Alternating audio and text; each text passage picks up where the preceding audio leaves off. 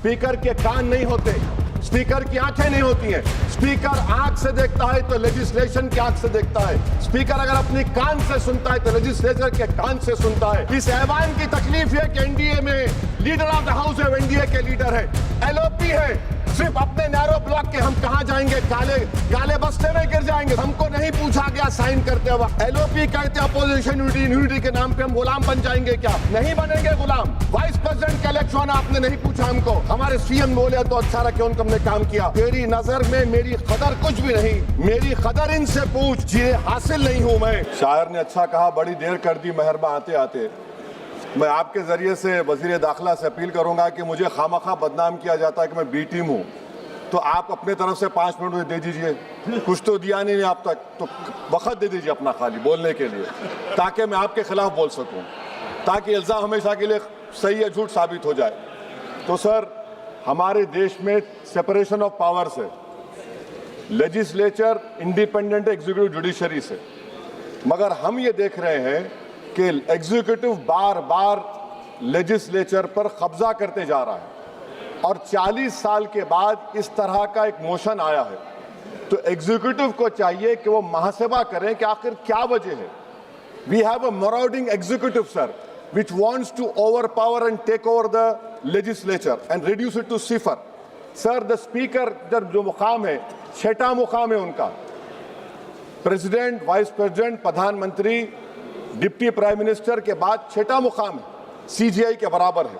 Sir, Neelam Sanjiva Reddy ने क्या कहा था स्पीकर के बारे में? Kaul and Shakdher page number 124 देख लीजिए।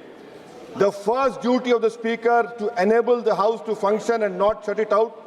The house is paramount, not the speaker who can claim no inherent right to override or bypass the house or to arrogate to himself powers and functions which belongs to the house। यही नीलम संजीवा रेड्डी थे। उस chair पर बैठने के बाद उन्हें Congress party से इस्तीफा दिया। यही नीलम संजीवा रेड्डी थे जिनके दौर में बैठे स्पीकर अपोजिशन ने कभी वॉकआउट नहीं किया। यह स्पीकर होता है sir.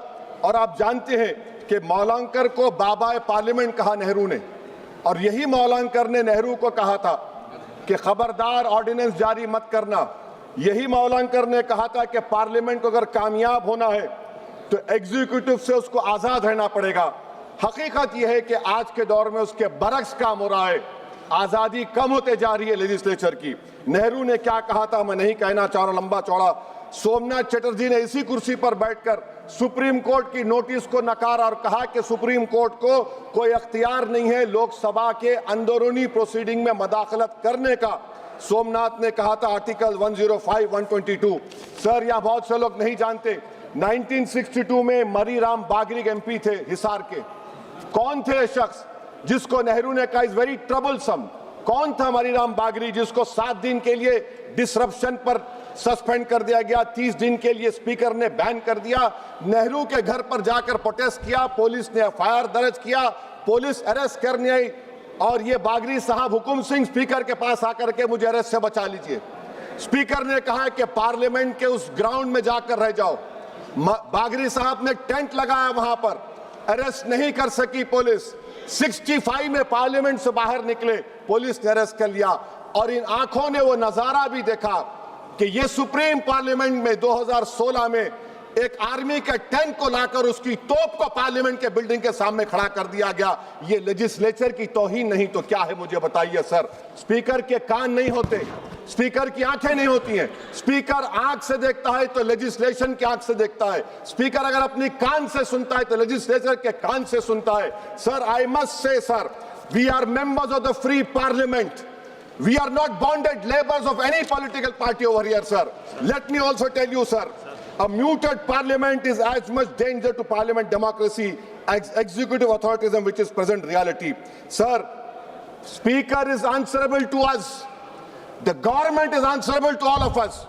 That is the law which has been put forward, sir. Sir, may I take this opportunity to say, I will give an example of how executive is interfering. The media knows that this government is going to bring in this session a bill on women reservation. We don't know. This house does not know. What is the dignity of this house? Please tell me, sir. So this clearly shows that executive works in a secret and deceitful manner to to decrease the glory of this august house. Sir, may I tell you that Article 98 of the... Sir, please, sir, allow me, sir, 5 minute दिए 1 minute दिए sir. वो आप sir एक B team हूँ sir, सुन लीजिए. Article 98, sir, Article 98, the house shall have a separate secretariat. Why have you appointed retired IS over here? You have a separate secretariat. Where is the sovereignty of the house? Sir, I have been a member of 2004 to 2024. I have never seen this house work for 70 days. Sir, Article 93 mandatory as deputy speaker बनाना. हम एक motion move करने वाले हैं कल. मैं चंद्रशेखर और राजकुमार road, Pappu Yadav आएंगे नहीं मालूम, ताकि बेनीवाल को डिप्टी स्पीकर बनाया जाए. सर, आप देखिए, executive feels happy with panel of chairmen. What is the panel of chairmen? It is a creation of speaker under Rule 9. And you don't have voting right also. What about it, sir? I'm concluding, sir. Sir, I'm concluding, please, sir. Sir, I'm concluding. Sir, इस ऐवान की बदबख्ती है, सुन तो लीजिए, sir. अरे दिल की तकलीफ बयान कर रहा हूँ, सुन तो लीजिए. सर, आप बुजुर्ग हैं. बुजुर्ग नहीं हैं. सुन तो इस ऐवान की तकलीफ ये है. इस ऐवान की तकलीफ है कि एनडीए में लीडर ऑफ द हाउस है, एनडीए के लीडर है. एलओपी है. सिर्फ अपने नैरो ब्लॉक के हम कहां जाएंगे? काले बस्ते में गिर जाएंगे. सुनिए सर, हमको नहीं पूछा गया साइन करते वक्त. एलओपी कहते हैं अपोजिशन यूनिटी के नाम पे हम गुलाम बन जाएंगे क्या? नहीं बनेंगे गुलाम. वाइस प्रेसिडेंट का इलेक्शन आपने नहीं पूछा हमको. हमारे सीएम बोले तो अच्छा रखे, उनको हमने काम किया. तो इसी पर एक शायर ने कहा था एलओपी के ऊपर कि तेरी नजर में मेरी कदर कुछ भी नहीं, मेरी कदर इनसे पूछ जिन्हें हासिल नहीं हूं मैं. सर, मैं गांधी के इस सेइंग पर खत्म करता हूं कि if you are right, you know it, speak your mind. Even if you are minority out, the truth is still the truth. I am in a minority one, sir, but I'll speak the truth. The truth is Parliament has been treated with disdain by the ruling party. It has been treated with neglect by the opposition parties. And I conclude by saying that whatever is written in the Constitution is sacrosanct and sanctimonious. What I tried to raise the point of order exactly this. And my reservation to this motion of removal is that it doesn't address the malice. It only is attacking the symptom of the fountainhead, that executive. Motion is Chandrasekhar ji. I offer my best wishes to Om Birla. I hope that he will stop the executive encroachment into legislature. I remain neutral.